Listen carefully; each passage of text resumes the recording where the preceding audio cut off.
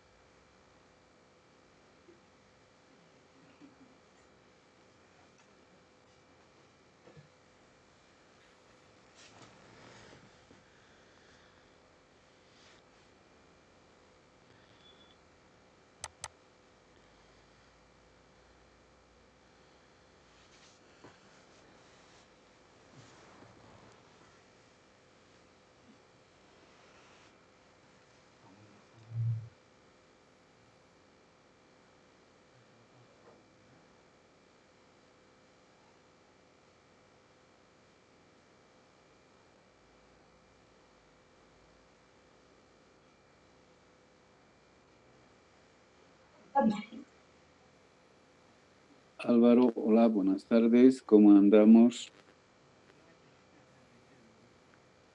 Doctor, buenas tardes. Sí se escucha el audio e igual se ve el video.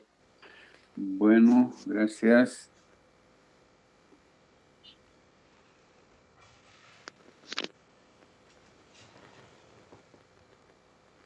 Bueno, entonces vamos a estar entrando a la clase.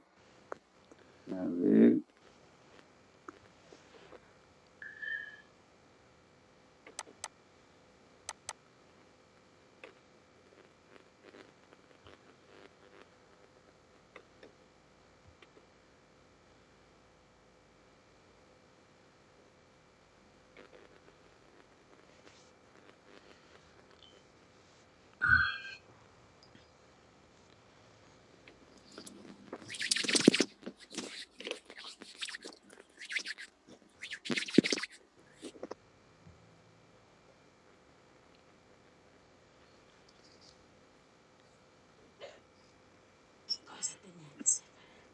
No sé, por eso es que pregunté. Bueno, buenas tardes a los alumnos que están en clases. Buenas tardes, vamos a... Un momentito.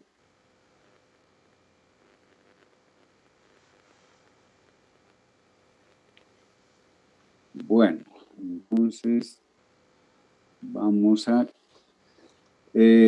tomar otro tema. En realidad, este sería prácticamente el último tema.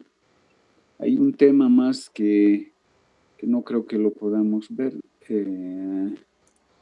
pero veremos si nos puede. De todas maneras, el último tema sería las arritmias cardíacas, pero eso ya lo hemos incluso gran parte en la parte del electrocardiograma normal y la interpretación del electrocardiograma patológico.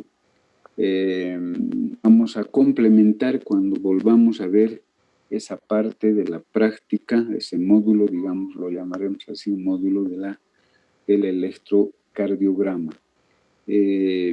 Mañana voy a darles un poco la guía de la práctica de cardiología que vamos a hacer desde el día miércoles, en realidad. Mañana, antes de la clase, voy a hablar con los representantes de ambos cursos para un poco que ellos estén interiorizados de la forma en que vamos a calificar la práctica, porque ya ha habido casi un consenso en una reunión que se ha tenido con los docentes de la facultad de cuarto, fundamentalmente los de cuarto, y también del resto de los cursos, pero un poco les voy a interiorizar para que podamos hacer la práctica seguramente en el transcurso de las 3 siguientes semanas. Bien, entonces eso lo voy a hablar con los representantes de curso para que ellos puedan comunicar a todos los alumnos. Pero algunas cosas ya les voy a estar adelantando. Entonces el tema de las arritmias lo vamos a volver a repasar y un poco más profundizar en la parte que corresponde, lo llamaremos así en el módulo práctico del electrocardiograma. Bueno, entonces ya prácticamente casi es el último tema, el penúltimo tema en realidad sería este, respecto a las cardiopatías congénitas. Bueno, ustedes sabrán que cardiopatías congénitas se presentan frecuentemente a nivel mundial y en nuestro medio también es bastante frecuente la presentación de las cardiopatías congénitas.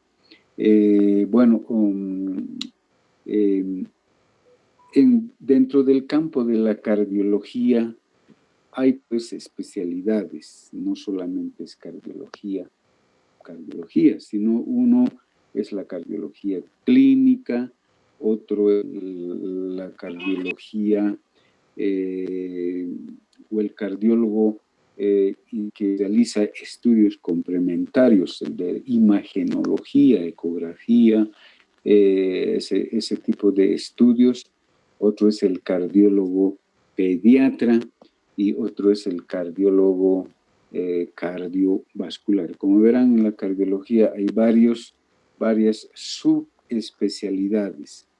Lo que nosotros estamos haciendo más que todo es la cardiología clínica, ¿verdad? La cardiología clínica. Entonces, las cardiopatías congénitas en realidad lo ven los cardiólogos pediatras. Ojalá que alguno de los alumnos pueda hacer cardiología pediátrica porque hace falta cardiólogos pediatras prácticamente yo diría en toda Bolivia. En Potosí no hay ni un cardiólogo pediatra. Entonces los alumnos tienen que buscar ya ir pensando en alguna especialidad y subespecialidad. Bien, bueno,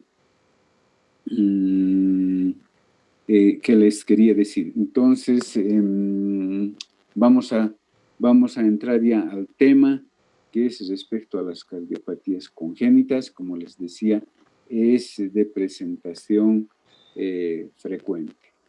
Bueno, veremos.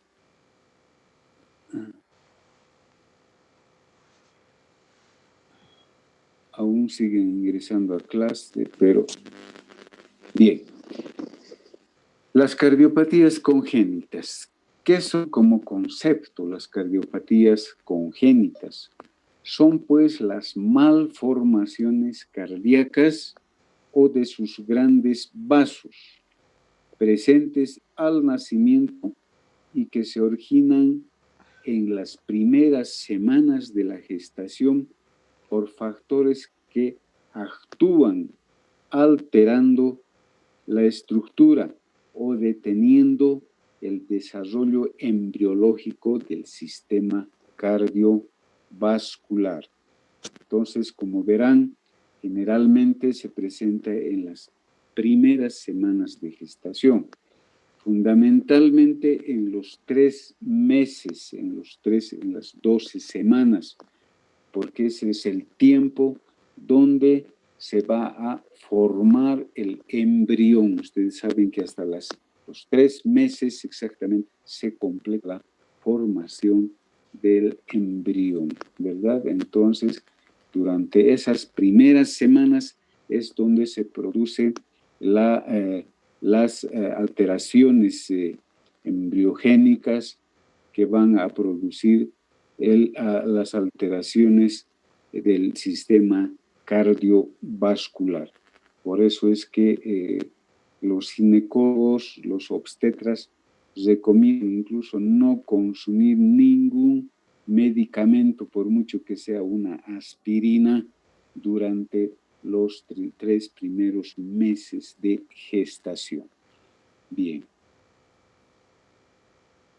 En cuanto se refiere a la epidemiología, fíjense, se da en el 1% de los recién nacidos. ¿Qué significa eso?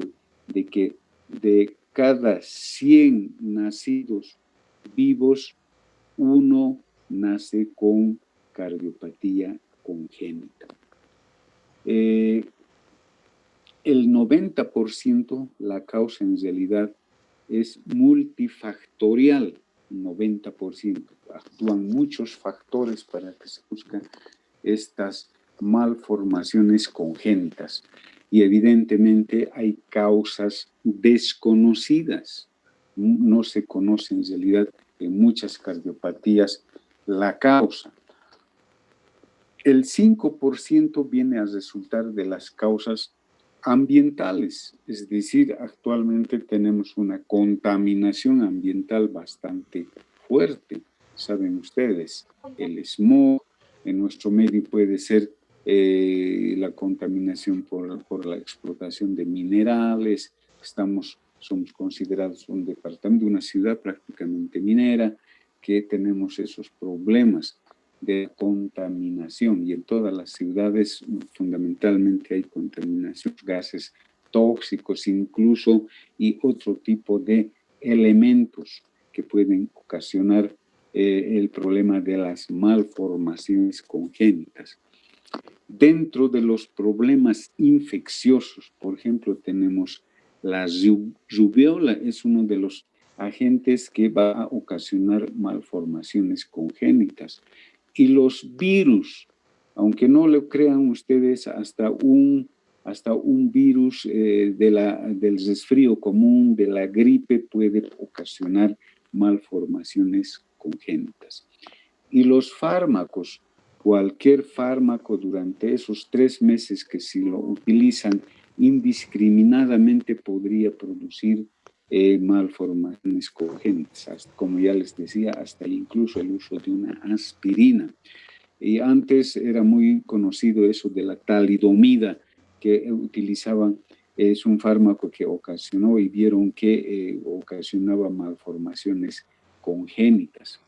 Luego tenemos, por ejemplo, el alcohol, el consumo de alcohol también va a traer problemas de tipo congénito.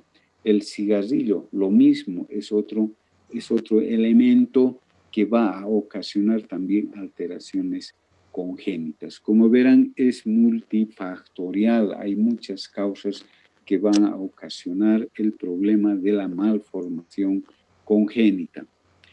La cardiopatía congénita es la CIB, se dice así, a la comunicación interventricular.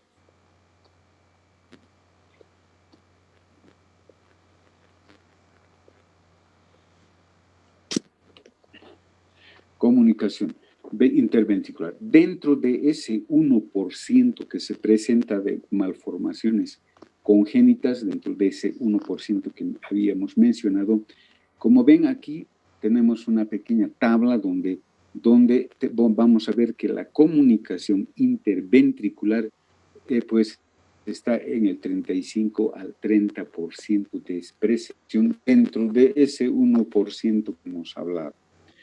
Luego le sigue la comunicación interauricular en su forma de ostium secundum. Ustedes tienen que ubicarse, por eso al principio hemos avanzado la anatomía y la fisiología cardiovascular. Entonces es importante que nosotros nos ubiquemos anatómicamente para entender las malformaciones congénitas. Entonces, en segundo lugar, tenemos a la comunicación interauricular en su forma de ostium secundum en un 6 a 8%. Luego tenemos el conducto arterioso persistente, lo que conocemos comúnmente o corrientemente como el ductus. Este es el conducto arterioso persistente, también en un 6 a 8%. Luego le sigue la coartación de la aorta en un 5 a 7% y la tetralogía de Fallot en un 5 a 7%. Y el resto de las malformaciones congénitas, como verán, en menor porcentaje.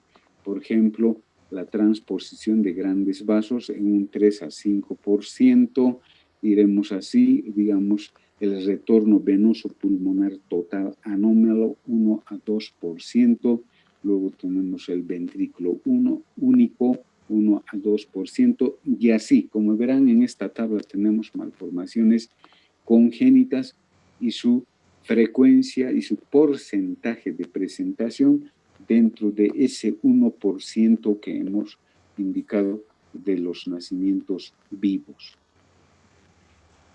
Bueno, ¿cuál es la clasificación más común, más utilizada en realidad de las cardiopatías congénitas? Tenemos a las cardiopatías cianóticas y las cardiopatías acianóticas. ¿Qué significa eso? Cardiopatías cianóticas que van a provocar cianosis, por eso son cianóticas. Esas cardiopatías se caracterizan por presentar cianosis. Y luego tenemos el otro grupo que son las cardiopatías congénitas acianóticas, que no van a presentar cianosis. Entonces, esa es la diferencia entre esta clasificación de cardiopatías congénitas cianóticas y las cardiopatías congénitas acianóticas. Bueno, aquí tenemos otro cuadro donde vemos cuáles están dentro del grupo de las cardiopatías congénitas acianóticas, es decir, las que no provocan cianosis, pero en etapas más tardías pueden ocasionar cianosis, pero inicialmente son acianóticas. Fíjense, tenemos 3 grupos dentro de las cardiopatías congénitas acianóticas. No la vamos a ver todas, simplemente la vamos a ver del primer grupo, las principales. Fíjense, aquí en este grupo están las que producen un cortocircuito de izquierda a derecha. ¿Qué significa eso? Recordaremos cómo es la circulación sanguínea normal a nivel del corazón. El retorno sanguíneo de sangre no oxigenada se va a producir a través de la vena cava superior y de la vena cava inferior, que va a llevar la sangre no oxigenada a la aurícula derecha, ¿verdad? La aurícula derecha pasa a través de la válvula tricúspide al ventrículo derecho. Eso tenemos que tener en mente toda la anatomía.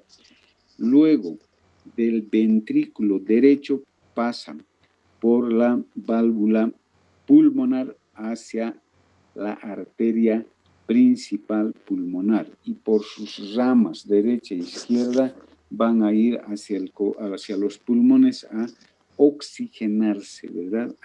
Esa sangre no oxigenada va a oxigenarse y va a regresar a través de las venas pulmonares hacia la aurícula izquierda, y luego pasarán a través de la válvula mitral al ventrículo izquierdo, y luego del ventrículo izquierdo irá a la circulación general atravesando la válvula aórtica hacia la aorta y va hacia la circulación general. Ese es el recorrido normal, ¿verdad? En este caso, si se trata de cardiopatía congénita acianógena con cortocircuito de izquierda a derecha, dice, ¿verdad? Entonces, lo que significa que la sangre del corazón izquierdo va a pasar hacia el corazón derecho. Entonces, eso lo vamos a describir después en estas cardiopatías. ¿Y cuáles son esas que producen cortocircuito de izquierda a derecha? Es la comunicación interventricular, la comunicación interauricular, el ductus o lo que es lo mismo, el que se llama conducto arterioso persistente. Luego tenemos el canal aurículo-ventricular y el drenaje venoso anómalo pulmonar parcial. Bien, esas son las que producen cortocircuito de izquierda a derecha. La sangre oxigenada va a pasar del corazón izquierdo hacia el corazón derecho. Bien, los otros dos grupos que no solamente lo vamos a mencionar, ahora no lo vamos a, uno de estos lo vamos a describir ahora en esta clase. Tenemos las de tipo obstructiva del corazón izquierdo. ¿Cuáles son? La coartación aórtica, la estenosis aórtica, la estenosis mitral, la hipoplasia del ventrículo izquierdo. Un poco mencionaremos, por ejemplo, ¿por qué se dice obstructivas? De tipo obstructiva. Saben ustedes que la coartación aórtica se produce ese estrechamiento de la aorta en la aorta ascendente o en el callado aórtico o en la aorta descendente. Se produce ese estrechamiento en la arteria aorta. A eso se llama coartación aórtica. Obviamente, ese estrechamiento está produciendo una obstrucción a la salida de la sangre del corazón izquierdo hacia la circulación general. Lo mismo sucede con la estenosis valvular, en este caso la válvula aórtica que está estrechada. Luego también la estenosis de la válvula mitral. Todos esos están en el corazón izquierdo. Uno por eso la anatomía tiene que imaginarse la anatomía para comprender. Y la hipoplasia ventrículo izquierdo. ¿Qué quiere decir hipoplasia? Ustedes saben, es un desarrollo que no es completo. No ha desarrollado completamente el ventrículo izquierdo. Ese es el otro grupo. Luego tenemos el otro grupo que son de las cardiopatías congénitas acianóticas, las que nacen con insuficiencias o estenosis valvulares.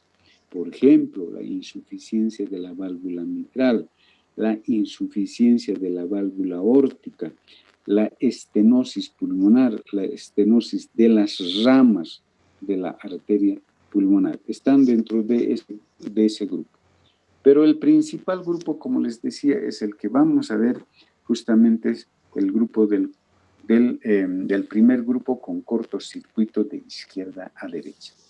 Luego tenemos las cardiopatías congénitas cianóticas, las que producen cianosis. En este caso, el cortocircuito es a la inversa, de derecha hacia la izquierda. Es decir, que la sangre de las cavidades derechas del corazón, en este caso sangre no oxigenada, va a pasar al corazón izquierdo. Por eso se llama cortocircuito de derecha a izquierda y por eso es lo que se produce la cianosis. Como verán, en las cardiopatías congénitas acianóticas, como van del corazón izquierdo hacia el corazón derecho, entonces va a ir sangre oxigenada del lado izquierdo al lado derecho a través de las comunicaciones. Por lo tanto, no se produce cianosis en esos casos, ¿verdad? Porque está traspasando sangre oxigenada. Pero en el caso de las cardiopatías congénitas cianóticas ocurre el fenómeno inverso, el mecanismo inverso, es decir, sangre no oxigenada de las cavidades derechas va a pasar a cavidades izquierdas. Si no es sangre oxigenada, pues va a presentar la cianosis. Ahí es la fisiopatología, si quieren. Entonces, tenemos en este caso las de tipo obstructivas, pero del corazón derecho. La principal en este caso, y el que vamos a ver, es la tetralogía de Fallot. Tenemos la otra atresia pulmonar, el ventrículo único, la atresia de la válvula tricuspidia. Luego tenemos también otras alteraciones congénitas, como a las que producen una mezcla total de sangre oxigenada y de sangre no oxigenada, como se trata del ventrículo único o la atresia tricuspidia, el truncus que se llama arterioso, el drenaje venoso anómalo pulmonar total en este caso. Bien, y las que no se produce una mezcla sanguínea de la sangre venosa y la sangre arterial. En esta tenemos a la transposición de las grandes arterias. Entonces, vean cuánta cantidad de malformaciones congénitas podemos encontrar. Unas de difícil diagnóstico y otras, bueno, que son las más frecuentes, las vamos a poder diagnosticar. Entonces, para esto, pues hay justamente hay cardiólogos pediatras que se ocupan justamente de la patología cardíaca de los recién nacidos y de los niños. Bueno, entonces vamos a entrar a las cardiopatías congénitas acianóticas, las que no producen cianosis. Bueno, primero vamos a comenzar con la comunicación interauricular. Sabemos que tenemos dos aurículas, una derecha y una izquierda, que están divididas por un tabique, que es el tabique interauricular. Entonces dice comunicación interauricular. Es la presencia de un defecto, o es en este caso un orificio, en el tabique interauricular que comunica las dos aurículas entre sí, tanto a la aurícula derecha como a la izquierda. En este caso se produce fisiopatológicamente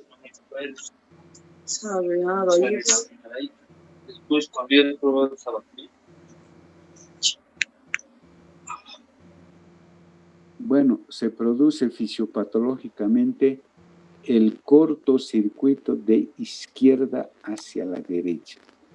Fíjense, estas son las formas, los tipos de comunicaciones interauriculares que se presentan en el tabique o en el septum interauricular.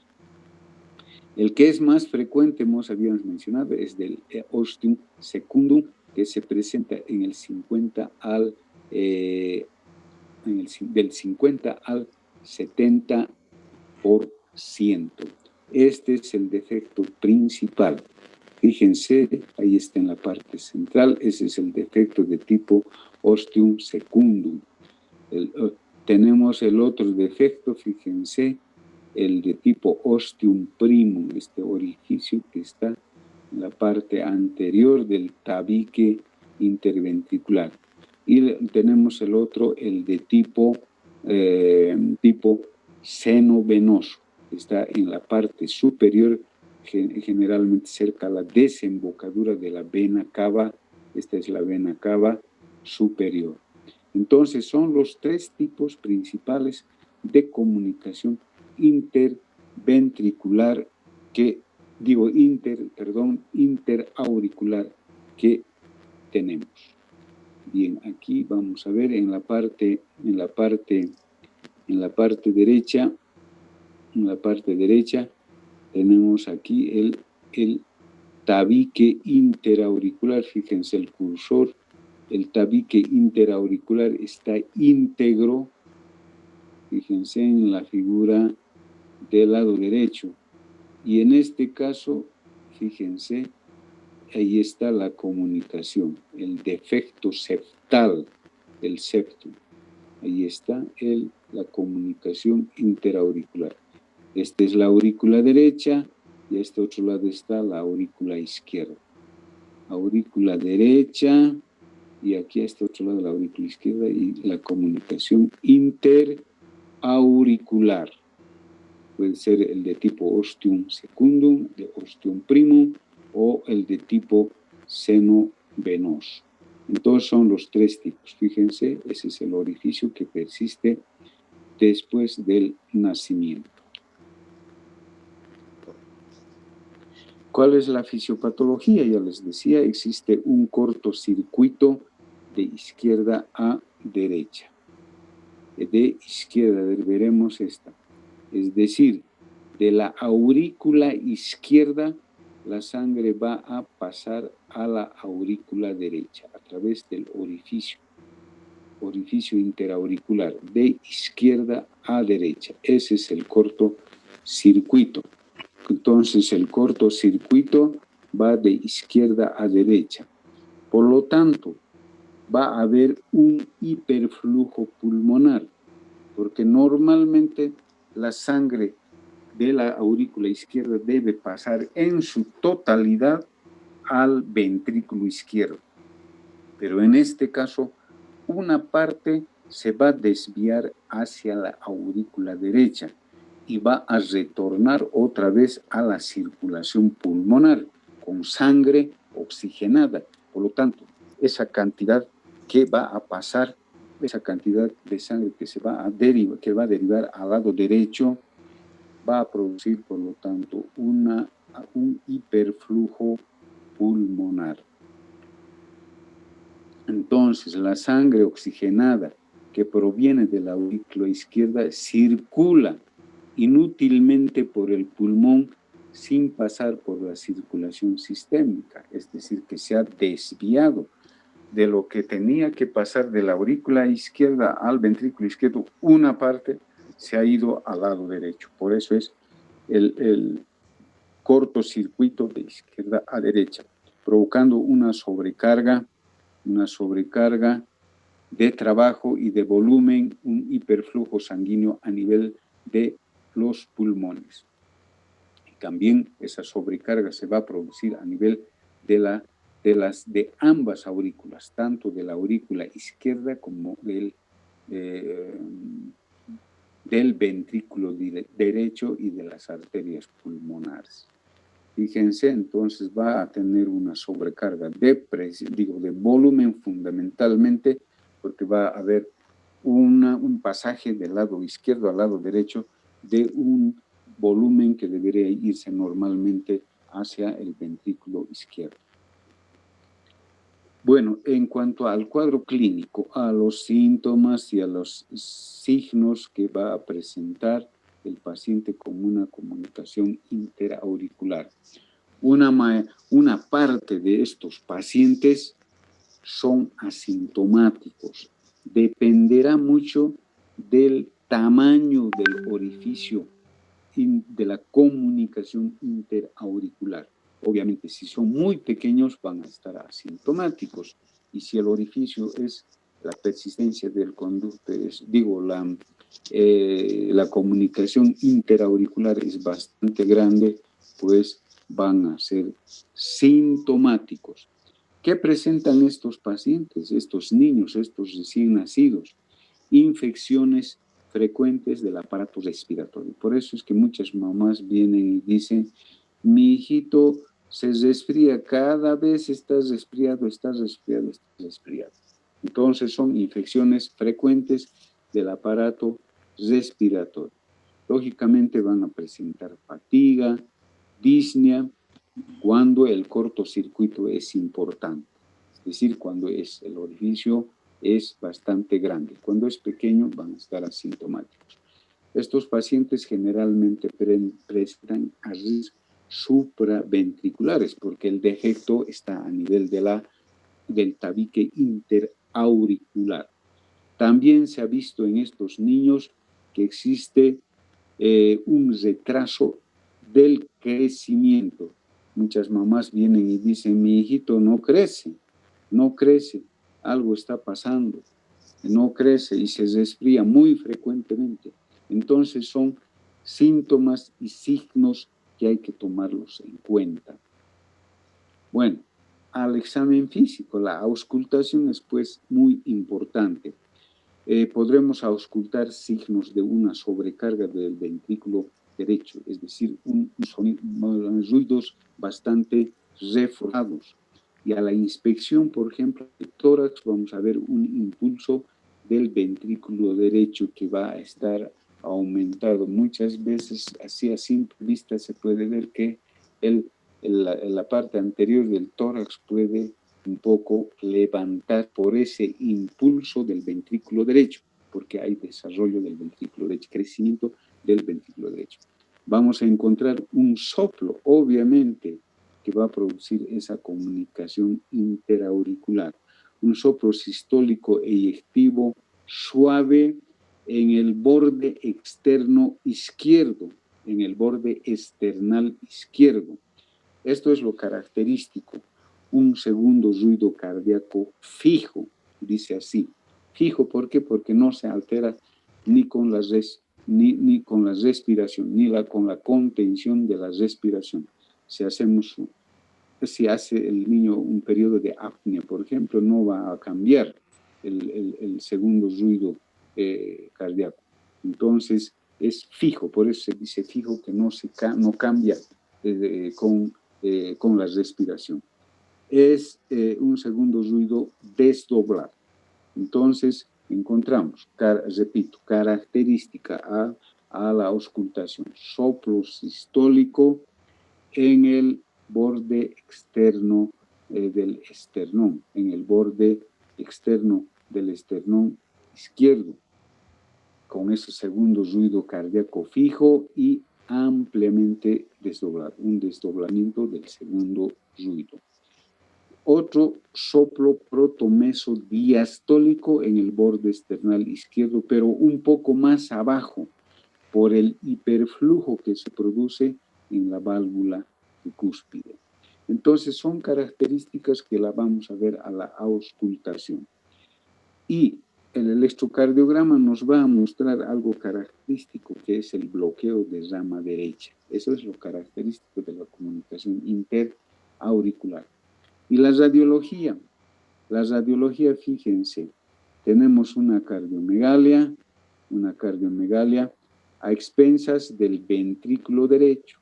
Aquí usted sabe ya la curvatura del ventrículo derecho, pero que está levantando la punta del corazón. Eso sí, cuando levanta la punta del corazón, quiere decir que el ventrículo derecho está crecido, está hipertrofiado. Dilatación, dice, de la arteria pulmonar. Ya sabemos dónde se encuentra radiológicamente la arteria pulmonar. Se encuentra en el segundo arco, fíjense, el segundo arco del borde izquierdo está prominente. Eso no debería ser así. Está prominente, fíjense ahí. Bien, entonces esa es la característica principal. Y el hiperflujo. Esta placa, no, los pulmones no están muy bien, porque debería haber aquí bastante trama vascular. Entonces, tiene que verse el hiperflujo vascular. Eso a nivel de los pulmones, los vasos pulmonares van a estar muy dilatados, van a estar ensanchados y va a ser claramente visible en los campos pulmonares. Eso significa que hay una sobrecarga, un hiperflujo sanguíneo a nivel de los pulmones. ¿Y cuál es el estudio importante? El más ante en todo, que es la ecocardiografía, y también en muchas situaciones cuando necesitamos ver más minuciosamente al corazón, se puede pedir la resonancia magnética. Entonces, el electrocardiograma, como ya hemos dicho, nos mostrará un ritmo sinusal con signos de sobrecarga de volumen del ventrículo derecho. Hemos visto que hay una sobrecarga ventricular derecha, un crecimiento del ventrículo derecho. Puede haber el bloqueo auriculoventricular también de primer grado y el bloqueo de rama derecha, como hemos mencionado. La radiografía, ya hemos mencionado también de tórax, signos de congestión pulmonar, es decir, hiperflujo pulmonar, cardiomegalia que ya hemos visto, y además de eso, el tronco de la arteria pulmonar va a estar prominente. Entonces, son las características electrocardiográficas y radiológicas en este caso. El ecocardiograma es el examen complementario de elección. El ecocardiograma nos va a mostrar, pues, todas las alteraciones que pueda tener ese corazón. Y lo que nos interesa será, pues, ver el orificio, la persistencia de la comunicación interventricular. Entonces, el ecocardiograma también visualiza la dilatación del ventrículo derecho, el cortocircuito que existe de izquierda a derecha, el orificio que nos va a mostrar, incluso se va a medir el tamaño del orificio interventricular, de la persistencia de esa comunicación interauricular. También nos va a determinar el grado de hipertensión pulmonar que va a existir, porque hay un hiperflujo pulmonar, hay una sobrecarga, hay una congestión pulmonar, por lo tanto ese paciente va a tener hipertensión pulmonar. Respecto al tratamiento, netamente quirúrgico, ¿con qué? Hay que cerrar ese orificio. Antes se utilizaba, o hasta actualmente se utiliza, cuando son bastante grandes los orificios, el parche de pericardio. Le ponen un parche de pericardio y lo cierran cuando es bastante grande. Pero cuando son más pequeños, vamos a utilizar dispositivos. Actualmente se utilizan dispositivos que se coloca a través del cateterismo. Por lo tanto, el tratamiento consiste en cesar el defecto, el orificio, ya sea quirúrgicamente, o sea, abriendo el tórax, abriendo el corazón y colocando un parche de pericardio, o por medio de los dispositivos oclusores a través de un catéter. Haciendo cateterismo hay una especie de resortitos que se va a colocar en el orificio, lo cual va a provocar la oclusión de ese pequeño orificio. Entonces, actualmente en una mayoría de los pacientes se coloca ese dispositivo oclusor y no hacer un tratamiento a cielo abierto, es decir, abriendo el tórax y el corazón. La edad propicia para cesar una comunicación interauricular está entre los 3 hasta los 5 años. De 3 a 5 años es la edad propicia para poder hacer el cierre, ya sea quirúrgico o ya sea por cateterismo cardíaco. Ya no vamos a hacer ingresar a los alumnos porque ya están ingresando demasiado tarde. Bien. Si el cierre se hace antes de los 25 años, imagínense, la supervivencia a largo plazo es similar a la población general. Todavía estos pacientes tienen chance de que puedan operarse antes de los 25 años. Pasados los 25 años generalmente ya no son quirúrgicos. ¿Por qué? Porque estos pacientes van a desarrollar hipertensión pulmonar. Y si se desarrollan hipertensión pulmonar, pues el cierre ya va a estar totalmente contraindicado. Por lo tanto, tienen todavía un chance de operarse hasta los 25 años. Pero lo ideal es operar entre los 3 a 5 años, incluso un poco menos cuando los pacientes están en buenas condiciones. Bien, eso es en cuanto se refiere a la comunicación interauricular, que es la segunda cardiopatía congénita que se presenta. Y la primera cardiopatía congénita que se presenta, pues, es la comunicación interventricular, es decir, ese orificio que se va a presentar en el tabique interventricular. Por lo tanto, es el defecto anatómico en el tabique interventricular. En el tabique interventricular. Permite el paso de sangre oxigenada del ventrículo izquierdo al ventrículo derecho. Como ven, es el cortocircuito de izquierda hacia la derecha. Establece ese cortocircuito de izquierda a derecha y aumenta el flujo pulmonar, aumenta la congestión pulmonar, provocando, por lo tanto, un incremento de la presión pulmonar con sangre parcialmente oxigenada. ¿Por qué? En el lado izquierdo tenemos sangre oxigenada. Esa sangre oxigenada va a pasar hacia el lado derecho, donde está sangre no oxigenada, y eso va a volver a circular por el pulmón. Por lo tanto, es, como dicen, es inútil ya que esa sangre se oxigene, porque ya está oxigenada.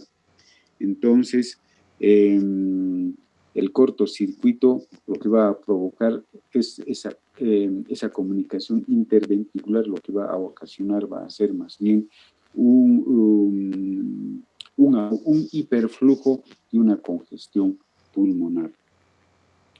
Bien, la comunicación interventricular puede ser pura, es decir, única, o puede estar asociada a otras cardiopatías congénitas más.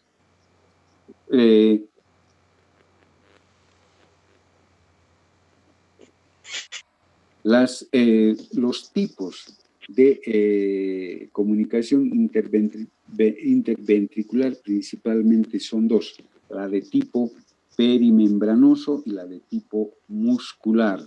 Las de tipo perimembranoso son las más frecuentes y las de tipo muscular menos frecuentes. Hay la otra forma que se llama infundibular también y hay otra forma menos frecuente. Entonces, las principales son las de tipo perimembranoso y la de tipo muscular. Bien, el cuadro clínico. ¿Qué es lo que presentan estos pacientes? Una comunicación interventricular pequeña puede no dar síntomas. Puede el paciente estar asintomático cuando la comunicación interventricular es pequeña. El paciente puede estar asintomático. Su desarrollo pondoestatural puede ser normal. Presentan un soplo bastante suave que no tiene mayor repercusión. Puede haber una comunicación interventricular media, es decir, un poquito más grande el orificio, con un cortocircuito moderado, es decir, que no es muy comprometedor. Pero puede ocasionar una disfunción cardíaca congestiva en estos pacientes que tienen una comunicación interventricular media.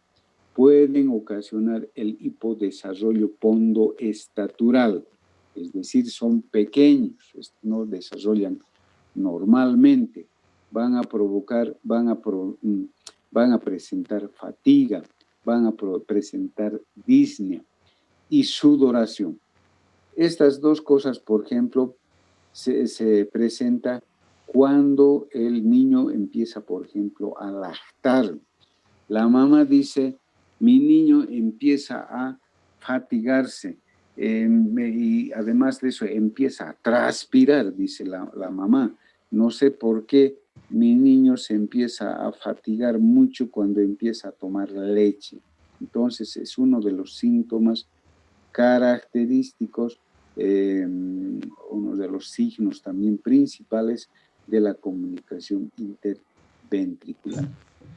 Cuando la comunicación interventricular es grande, el cortocircuito será mayor, es decir, severo.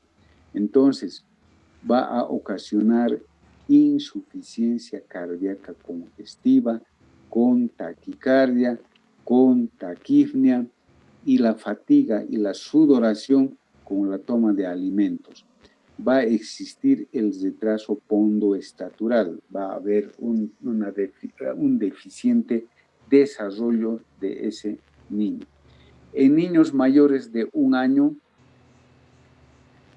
la hipertensión pulmonar que se presenta puede llevar al síndrome de Eisenmenger, se llama así, Eisenmenger. ¿En qué consiste? Antes de esto, lo que les quiero indicar es que los que tienen comunicación interventricular, a estos pacientes hay que operarlos lo más antes posible. No esperar a los 3 años, 4 años, 5 años, ni 6 años. Tiene que operárseles más antes, una vez que se ha hecho el diagnóstico. ¿Por qué? Porque los niños que tienen comunicación interventricular van a ir a desarrollar rápidamente la hipertensión pulmonar. Y si la hipertensión pulmonar es bastante severa, puede llevar a provocar el síndrome de Eisenmenger. ¿Qué significa el síndrome de Eisenmenger? Es la inversión del cortocircuito. Si era una cardiopatía congénita acianógena, se va a convertir en una cardiopatía congénita cianógena. ¿Por qué? Porque el cortocircuito que era de izquierda a derecha se va a producir de derecha a izquierda. Por lo tanto, va a pasar sangre no oxigenada de las cavidades derechas a las cavidades izquierdas, provocando la cianosis en estos pacientes. En eso consiste el síndrome de Eisenmenger. Entonces, tienen que grabarse porque va a entrar en el examen estas preguntas, lo que no está.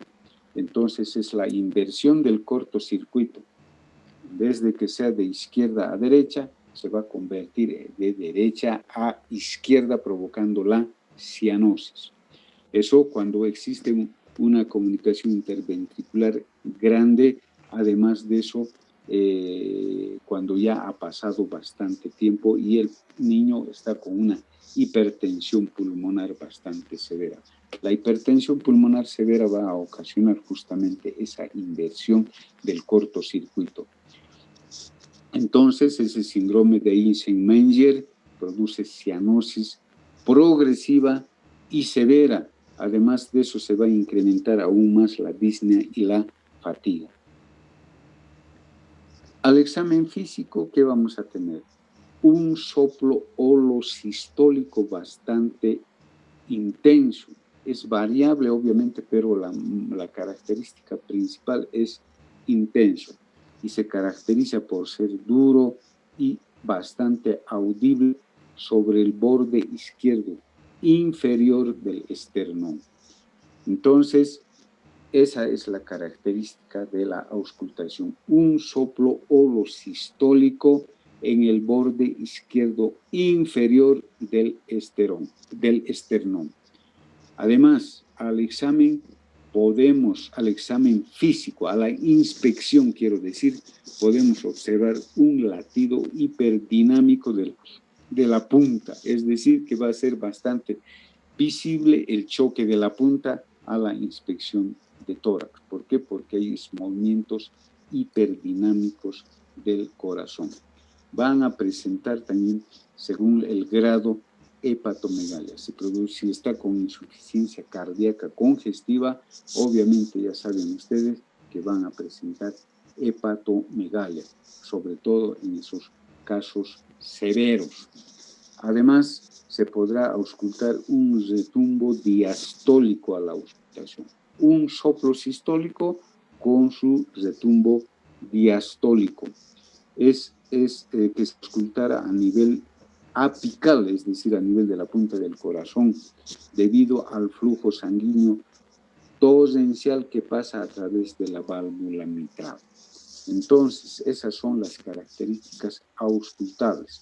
Soplo holosistólico con retumbo diastólico a nivel apical del tórax. Incluso se puede encontrar un frémito sistólico, o es decir, un trill. ¿Qué significa frémito o trill? Muchos no saben qué es el frémito. Es esa sensación de ronroneo que se presenta a la palpación, como el ronroneo del gato. Entonces, cuando hacemos la palpación de tórax, vamos a encontrar ese trill, ese frémito, y se palpa el soplo holosistólico, sobre todo en el borde izquierdo inferior del esternón. Eso a la palpación. Como verán, estamos analizando el examen, el examen físico, tanto a la auscultación, a la inspección, a la palpación, como a la inspección, a la palpación y a la auscultación. Estamos encontrando signos. Signo es lo físico, lo que nosotros podemos observar, palpar, tocar, auscultar, ¿verdad? Bien, el diagnóstico lógicamente va a ser a través del electrocardiograma o a través de la radiografía de tórax y fundamentalmente a través del estudio de la ecocardiografía. En el electrocardiograma, si la comunicación interventricular es chica, el electrocardiograma va a ser normal. Si es que esa comunicación interventricular es grande, podrá mostrarse el electrocardiograma, crecimiento del ventrículo izquierdo con sobrecarga de volumen, crecimiento también del ventrículo derecho con sobrecarga también de volumen. Y además de eso podremos observar una R alta y una S profunda de B1 a B4. Esas son características electrocardiográficas. A la radiografía de tórax, si es una comunicación interventricular muy pequeña, muy chica, como dice ahí, la radiografía de tórax va a ser normal. Pero si la comunicación interventricular es grande, vamos a tener cardiomegalia a expensas de los dos ventrículos. Habrá crecimiento de ventrículo izquierdo como de ventrículo derecho. Por lo tanto, radiológicamente las curvaturas vamos a poder observarlas prominentes, ¿verdad? Y también, como existe hipertensión pulmonar, radiológicamente vamos a observar que el segundo arco que corresponde al cono de la arteria pulmonar va a estar prominente, un botón aórtico también prominente y aumento de la vascularidad pulmonar, que nos está indicando lo que hemos mencionado, hiperflujo pulmonar, congestión pulmonar. Bien, son características tanto electrocardiográficas como radiológicas. El ecocardiograma, ustedes saben que el ecocardiograma es el método de diagnóstico de elección. ¿Por qué? Porque nos va a mostrar pues justamente el defecto, la localización anatómica de ese orificio, de esa persistencia, de esa comunicación interventricular. Nos dará detalles respecto al tamaño y si hay otras incluso anomalías asociadas. Nos mostrará el crecimiento de las cavidades, el cortocircuito de izquierda a derecha nos va a mostrar el estudio del ecocardiograma. El ecocardiograma, por lo tanto, fundamentalmente el Doppler nos mostrará la dirección de ese flujo, de ese gradiente, de ese cortocircuito de izquierda hacia la derecha. Por lo tanto, es pues sumamente importante, es el método de diagnóstico de elección, el estudio del ecocardiograma. Bien, en cuanto se refiere al tratamiento, ya para terminar un ratito, y ya, sí, nos falta eso nomás ya. Bien, en cuanto se refiere al tratamiento, comunicaciones interventriculares pequeñas o medianas, no hay un tratamiento tan específico. Si no son tan sintomáticos, si no hay mayor compromiso, habrá que esperar el cierre espontáneo en los primeros meses. Pero posteriormente, si persiste, hay que tener que someterlos a la cirugía o al cierre a través del cateterismo cardíaco con dispositivos oclusivos. La comunicación interventricular grande con insuficiencia cardíaca del recién nacido, inicialmente tiene que tener un tratamiento farmacológico a través de lo que nosotros ya sabemos, la digoxina y los diuréticos. Y finalmente el tratamiento será quirúrgico. El quirúrgico consiste en abrir el tórax y abrir el corazón, es decir, a cielo abierto. Ese es el tratamiento quirúrgico y el cierre, obviamente, del orificio, del defecto del tabique interventricular. Entonces, y en otros pacientes, de acuerdo al estudio ecocardiográfico, incluso al estudio del cateterismo cardíaco, se podrá aplicar esos dispositivos oclusivos a través del cateterismo. Bien, como hemos dicho, el tratamiento quirúrgico de la comunicación interventricular con un parche de material sintético puede ser, o puede ser también de pericardio, y haciendo obviamente las suturas respectivas a nivel del, colocando el parche en el orificio, cerrando el orificio. El pronóstico bueno tras el tratamiento quirúrgico, la mortalidad es casi nula en niños mayores de 2 años. Bien, entonces, como les decía, tratamiento quirúrgico o tratamiento a través de del cateterismo cardíaco con dispositivos oclusivos. Bien, hemos visto esta primera parte de las cardiopatías. Mañana vamos a continuar con el ductus, con el conducto arterioso persistente y con las cardiopatías congénitas cianógenas. Solamente una o dos máximo vamos a ver. Con eso vamos a terminar el tema. Entonces, mañana nos vemos a las 10 en punto de la mañana para que podamos terminar el tema. Hoy no voy a llamar lista porque ya nos hemos pasado con unos minutos. Mañana voy a llamar lista. Entonces, y además voy a dar algunas indicaciones ya para la parte práctica que vamos a hacer desde la siguiente semana. Bien, entonces nos vemos mañana. Ha terminado la clase por hoy y buenas tardes a todos los alumnos.